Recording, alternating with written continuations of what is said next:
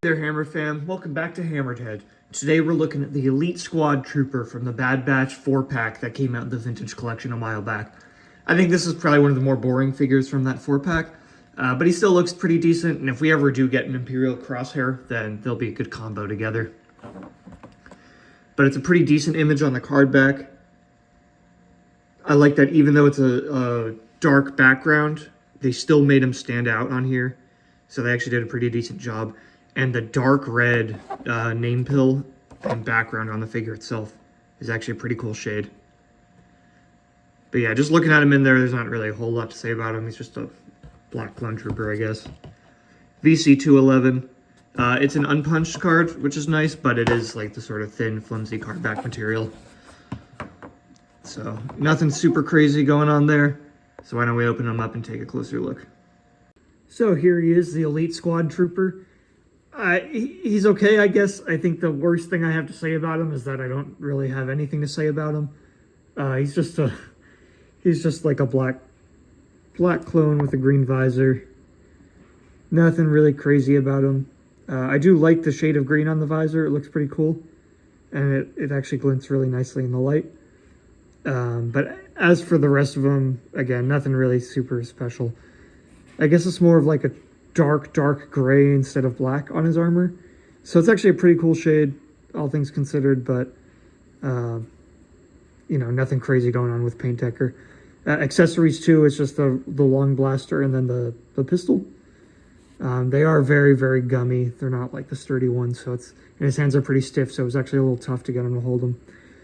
But the figure itself is sturdy. I had no issues balancing him at all. His feet plant very firmly on the ground, which is nice. And then another thing I noticed, call me a fool if I am. I've just never noticed this before. Under his helmet, you can like see a chin or something. So it looks like it's a removable helmet, but you can, you pop the helmet off, and then you look underneath, and there's actually like a head sculpted into the helmet. So again, maybe that's like obvious and they do that with everyone, but it's the first time I've ever actually noticed that. It's not like just the helmet sculpted. So that's kind of cool, I guess.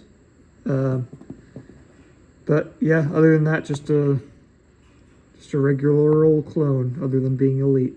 And just to compare, there he is with the Utapau Shadow Trooper.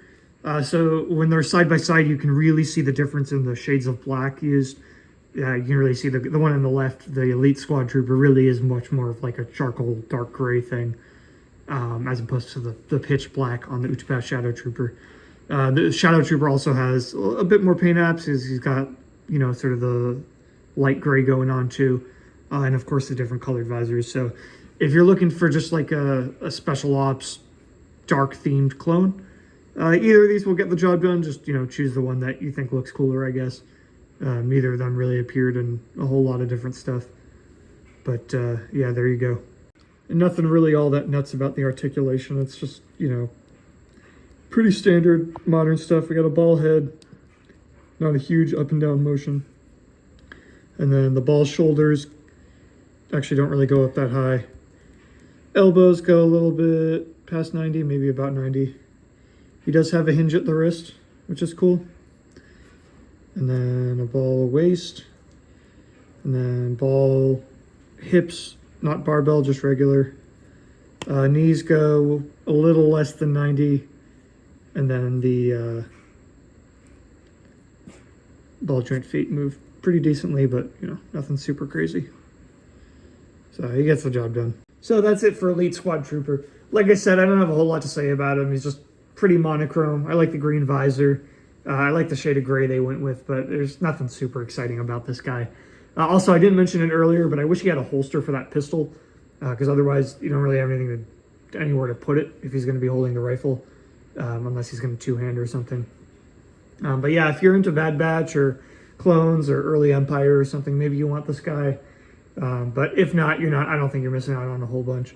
He's not super expensive. If you want to get that Bad Batch 4-pack, you can still get that pretty much wherever for not a whole lot of money. So I'd say it's worth picking up if you're into that sort of thing, but, you know, don't stress it if you didn't get them. But let me know what you think in the comments. As always, thank you to my Patreon subscribers. Be sure to follow on YouTube, Instagram, and Facebook. Check out the Patreon page, and don't forget, stay hammered.